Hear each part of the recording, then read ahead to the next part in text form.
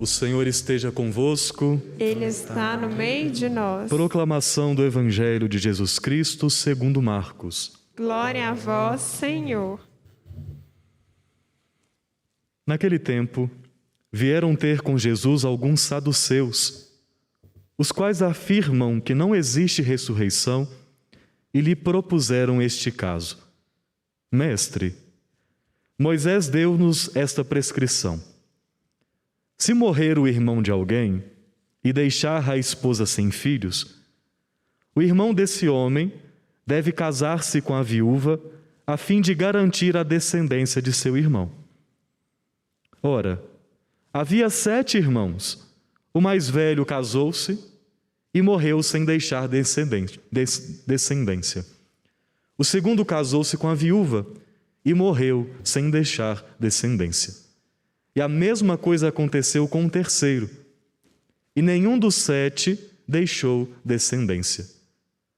Por último, morreu também a mulher. Na ressurreição, quando eles ressuscitarem, de quem será ela, mulher? Porque os 7 se casaram com ela. Jesus respondeu: acaso vós não estáis enganados por não conhecerdes as Escrituras, nem o poder de Deus? Com efeito, quando os mortos ressuscitarem, os homens e as mulheres não se casarão, pois serão como os anjos do céu. Quanto ao fato da ressurreição dos mortos, não lestes no livro de Moisés, na passagem da sarça ardente, como Deus lhe falou: eu sou o Deus de Abraão, o Deus de Isaque, o Deus de Jacó? Ora, ele não é Deus de mortos, mas de vivos. Vós estáis muito enganados. Palavra da salvação. Glória a vós, Senhor. Reverendíssimo Padre Wagner Calegaro, amados irmãos e irmãs aqui presentes, podem se assentar. Vocês que nos acompanham pelo nosso YouTube, Mãe Piedade, pela TV Horizonte, Rádio América. Durante esta semana nós estamos meditando nas primeiras leituras, o livro de Tobias. E é uma história muito interessante. Inclusive, seria muito interessante aqueles que pudessem e tivessem interesse de pegar para ler este livro, porque ele é muito pequeno, são só 12 capítulos. É um livro bem curtinho, que tem ensinamentos muito preciosos para a vida de família, para a vida matrimonial, e para que nós possamos, de forma geral, saber viver a lei de Deus. E nós ouvimos da primeira leitura de hoje 2 orações. A oração de Tobite, que era pai de Tobias, e a oração de Sara, que era filho... Cadê o nome do Senhor? Filho de Raguel. 2 orações. 2 pessoas que eram tementes a Deus, 2 pessoas que faziam caridade, 2 pessoas que observavam a lei do Senhor, mas que, vivendo um momento profundo de sofrimento e dificuldade, rezam a Deus pedindo a morte. Tobite era um homem que o tempo todo fazia com que a lei se cumprisse na sua vida. Tobite não era aquela pessoa que gostava de rezar muito, no sentido de pegar a lei e ficar lendo. Tobite era aquele homem que entendia a vida de espiritualidade como fazer as coisas. Então ele era um homem que fazia muita caridade, que dava muita esmola, que de acordo com a lei enterrava os mortos de uma maneira que deveria ser feita. Era um homem mesmo temente a Deus. E este homem, ele não morava na região da Palestina, ele morava na diáspora, fora, num lugar chamado Nínive, na Síria. Ou seja, Tobite morava numa terra de pagãos. Não eram judeus que moravam naquele lugar. Eram costumes diferentes do povo judeu. Era uma cultura diferente. Era, inclusive, um Deus diferente. E quando Tobite, vivendo neste lugar, ali com a sua família, casado com Ana, pai de Tobias, ele começa a encontrar algumas dificuldades. Inclusive, Tobit ele perde tudo o que ele tem porque era um homem que cumpria a lei. Tobit tinha o costume de enterrar os mortos, os judeus que morriam naquela terra, mas o rei não queria. E Tobit perdeu todos os seus bens, perdeu a sua casa, perdeu tudo o que ele tinha, porque ele estava respeitando a lei judaica. Ele perdeu tudo. Só lhe sobrou a sua família, Ana e Tobias. E a dificuldade era tanta, e se ainda não fosse pior, teve um dia até engraçado, assim, quando a gente diz, né, desgraça pouco é bobagem. Ele estava no terreiro da casa dele, diz uma parte do livro de Tobias, tinha acabado de tomar banho, de comer, e ele se deita no pátio da casa, um pombo jogou excremento sobre os olhos dele e ele então ficou cego. Então a vida de Tobit não estava fácil.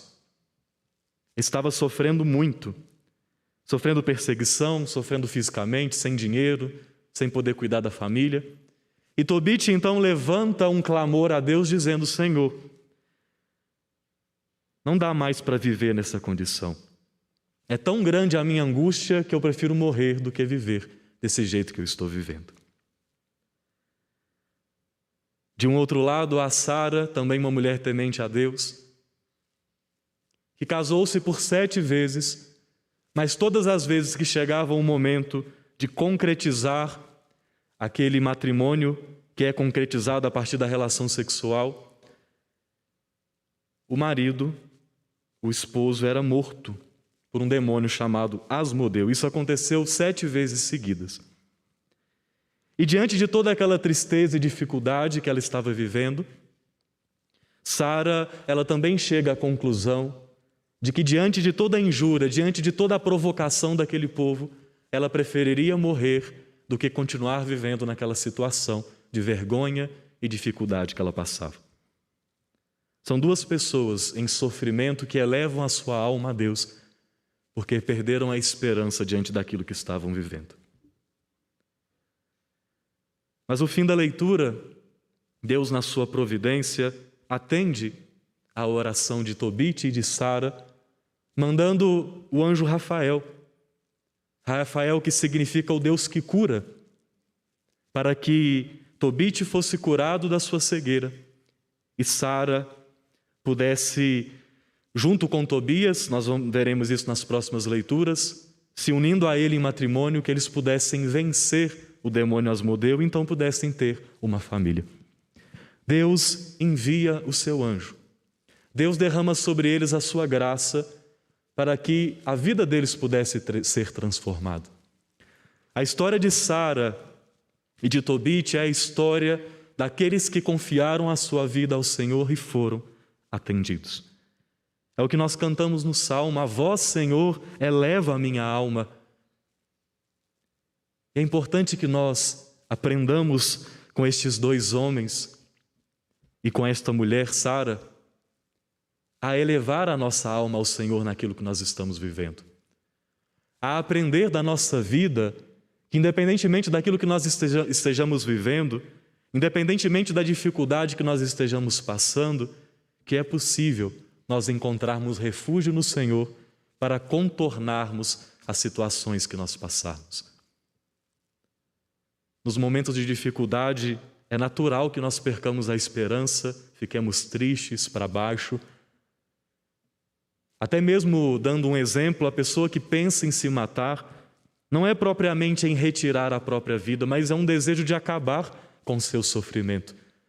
Como Sara, como Tobit, que sofrendo muito não queriam mais viver aquele sofrimento.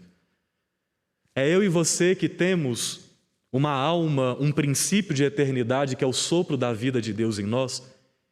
E esse dom da vida, ele é tão profundo, ele é tão grande, que quando nós estamos vivendo em momentos de dificuldade, de sofrimento, a gente não se quer entregar aquilo, a gente não aceita aquilo. O sofrimento, por mais que ele seja uma realidade na nossa vida, nós não o aceitamos. É por isso que nós vemos Sara, Tobit e tantas pessoas que sofrem protestar com a sua própria vida contra o sofrimento. Eu não aceito viver nessa condição que eu estou vivendo.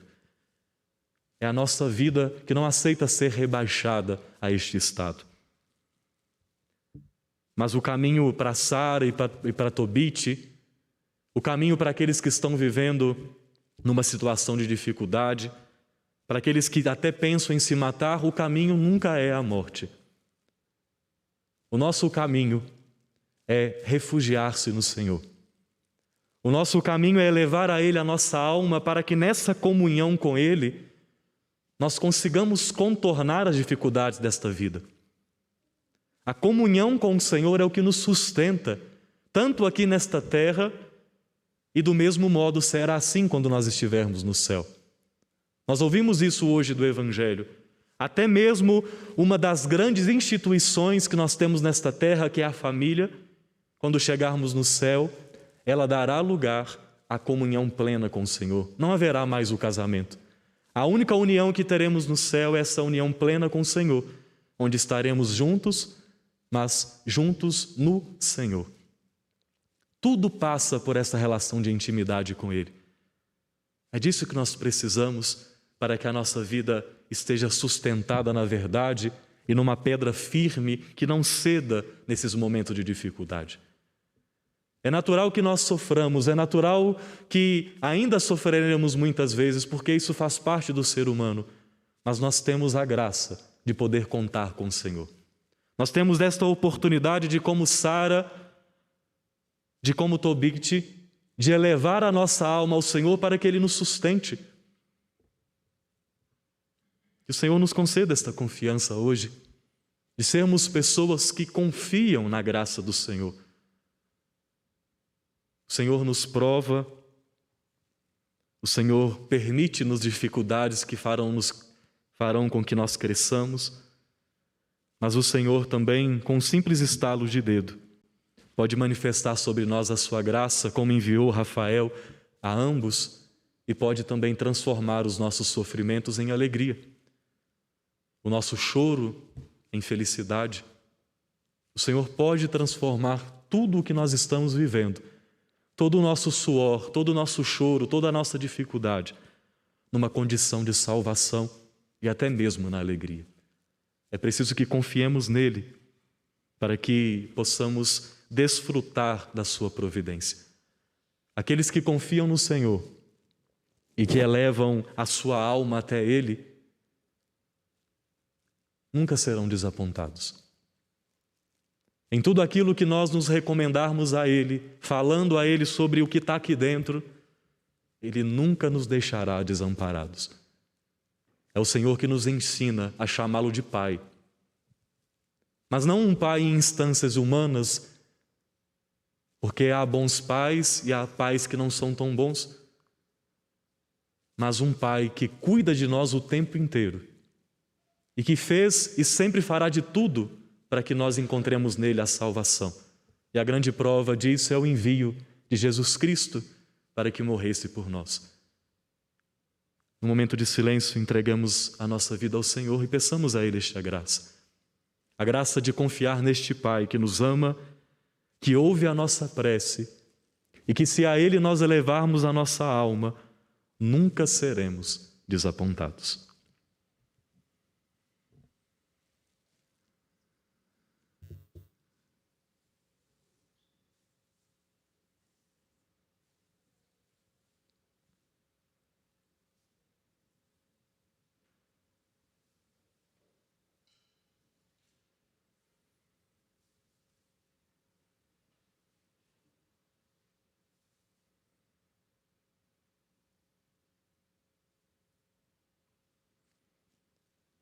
Fiquemos de pé e ao Senhor ofertemos as nossas preces.